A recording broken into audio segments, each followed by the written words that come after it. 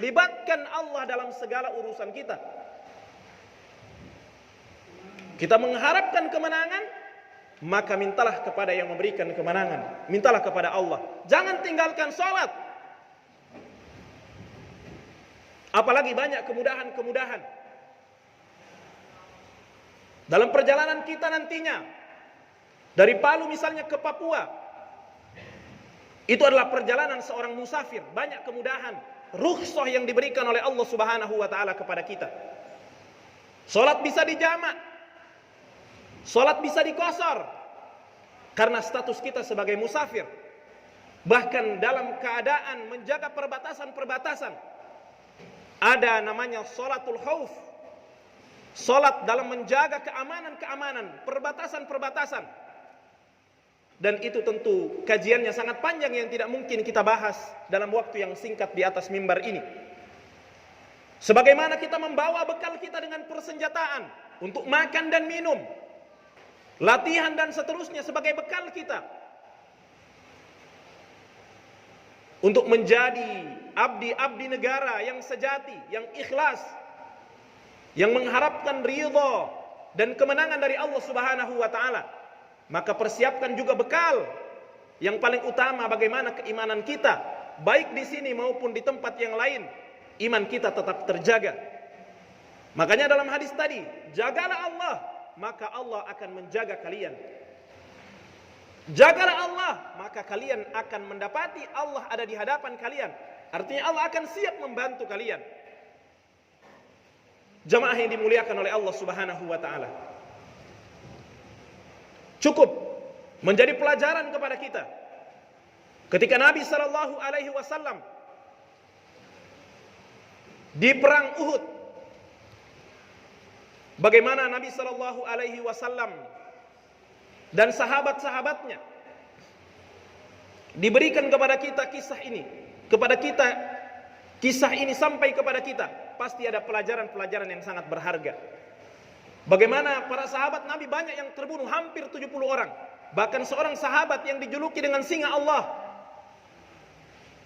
Hamzah bin Abdul Muttalib, seorang paman yang sangat dicintai dan dia mencintai Rasul sallallahu alaihi wasallam, terbunuh di tempat itu.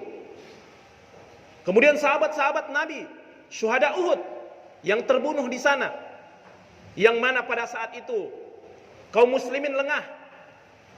Nabi SAW mengatakan kepada orang-orang, kepada pasukan pemanah yang berada di atas gunung, beliau pernah mewasiatkan sebelum terjadinya perang, sebentar lagi perang akan terjadi. Apapun yang terjadi di bawah, kalian jangan pernah turun dari atas itu. Sekalipun kalian melihat kami sudah dalam keadaan kalah, bahkan burung-burung mayat, burung-burung yang memakan daging-daging kami, dalam artian kami mati di bawah, jangan pernah tinggalkan tempat itu dari atas untuk kalian menolong kami. Begitu pula kalau kami pun menang, jangan pernah tinggalkan tempat itu. Tapi mereka lupa dengan pesan Rasulullah sallallahu alaihi wasallam. Akhirnya ketika melihat Rasulullah dan para sahabatnya memenangkan pertarungan itu, mereka lupa, mereka turun dari Jabal Rumah atau gunungnya para pemanah, mereka turun dan tersisa tinggal 4 atau 3 orang di atas. Maka kesempatan ini dimanfaatkan oleh Abu Sufyan dan kemudian Khalid bin Walid yang belum masuk Islam waktu itu. Mereka kemudian mengelilingi gunung itu dan menyerang kaum muslimin karena tidak ada lagi kekuatan di atas. Di situ banyak sahabat yang terbunuh, bahkan Nabi SAW terluka, gigi gerahamnya terluka, sampai beliau dipapah ke atas gunung. Di sini pelajaran bahwa kita harus taat kepada pemimpin. Apapun perintahnya kita harus taat dalam hal-hal kebaikan, karena cukup itu menjadi pelajaran kepada kita. Dan tentunya ketika ketaatan kepada pemimpin kita lakukan, maka bagaimana lagi dengan ketaatan kita kepada Allah Subhanahu wa ta'ala yang menciptakan kita, yang menciptakan pemimpin kita, yang menciptakan langit dan bumi. Maka jamaah yang dimuliakan oleh Allah Subhanahu wa ta'ala, jangan pernah tinggalkan sholat. Jangan pernah tinggalkan berdoa kepada Allah Subhanahu wa taala dalam sujud kita agar kita bisa kembali lagi ke tempat ini untuk kembali bertemu dengan keluarga kita, untuk kembali bersama kaum muslimin, bersama-sama kembali ya dalam kedamaian, dalam keamanan, dan itulah yang kita dambakan. Jemaah yang dimuliakan oleh Allah Subhanahu wa taala. Nabi sallallahu alaihi wasallam mengatakan, "Wa ju'ilat li al-ardu masjidan wa tahura." Dan telah dijadikan kepadaku dan tidak dijadikan kepada nabi-nabi sebelumku. Dan ini adalah keistimewaan Nabi kita Muhammad sallallahu alaihi wasallam dan umatnya, bahwa jangan alasan kita meninggalkan sholat hanya karena tidak mendapati masjid. Saya tidak sholat, tidak ada masjid, tidak ada dikumandangkan azan. Bukankah kemudahan diberikan oleh Allah Subhanahu wa taala? Dimanapun kita dapatkan tanah, di situ kita bersujud. Itu dibolehkan.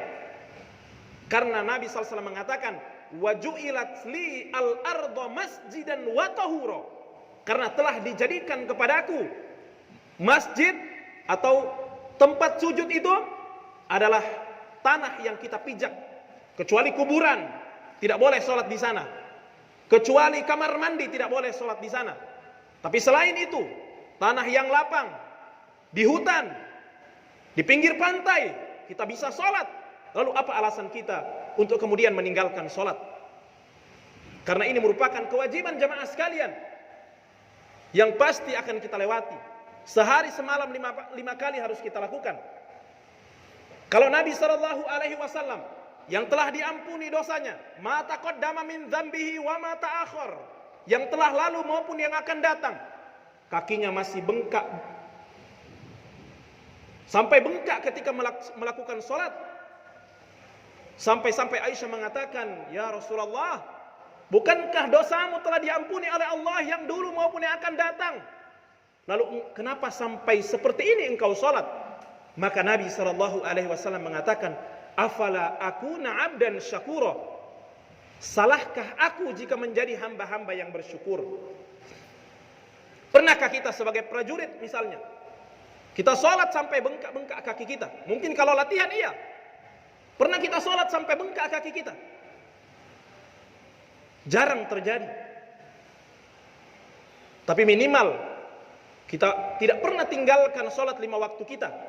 Kalau saja Nabi SAW yang sudah dijamin masuk surga, beliau menjalankan perintah Allah sholat 5 waktu, maka bagaimana lagi dengan kita tidak ada jaminan. Jemaah yang dimuliakan oleh Allah Subhanahu wa taala. Karena kemenangan yang sejati yang sebagaimana kita katakan adalah siapa yang diselamatkan dari api neraka dan dimasukkan ke dalam surga, itulah orang-orang yang beruntung, itulah orang-orang yang menang. Aqulu qouli hadza wa astaghfirullah li wa lakum wa lisairil mu'minin wal mu'minat fastaghfiruhu innahu huwal ghafurur rahim.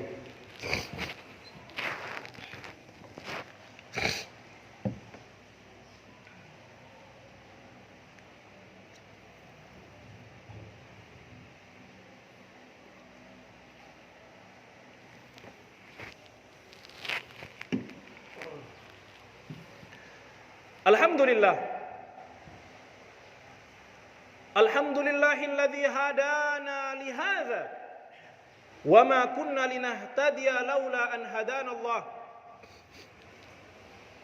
Asyhadu an la ilaha illallah wahdahu la syarika lah wa asyhadu anna Muhammadan abduhu wa rasuluh. Jamaah yang dimuliakan Allah, hendaknya kita mempersiapkan semuanya. Sebagaimana kita mempersiapkan bekal-bekal kita untuk berpindah dari satu kota ke kota yang lain, untuk berpindah dari satu tempat ke tempat yang lain, dalam hal apa saja, apalagi dalam hal yang mana taruhannya adalah nyawa, kita harus mempersiapkan semaksimal mungkin. Maka hendaknya juga kita mempersiapkan diri kita. Tidak ada yang bisa jamin apakah kita masih bisa kembali ke tempat ini. Tidak ada yang bisa menjamin. Apakah kita masih kembali berkumpul dengan keluarga kita? Tidak ada yang bisa menjamin. Baru-baru terjadi kecelakaan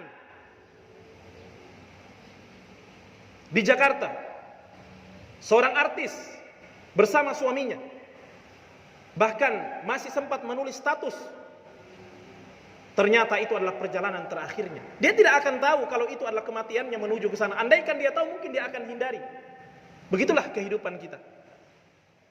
Maka semua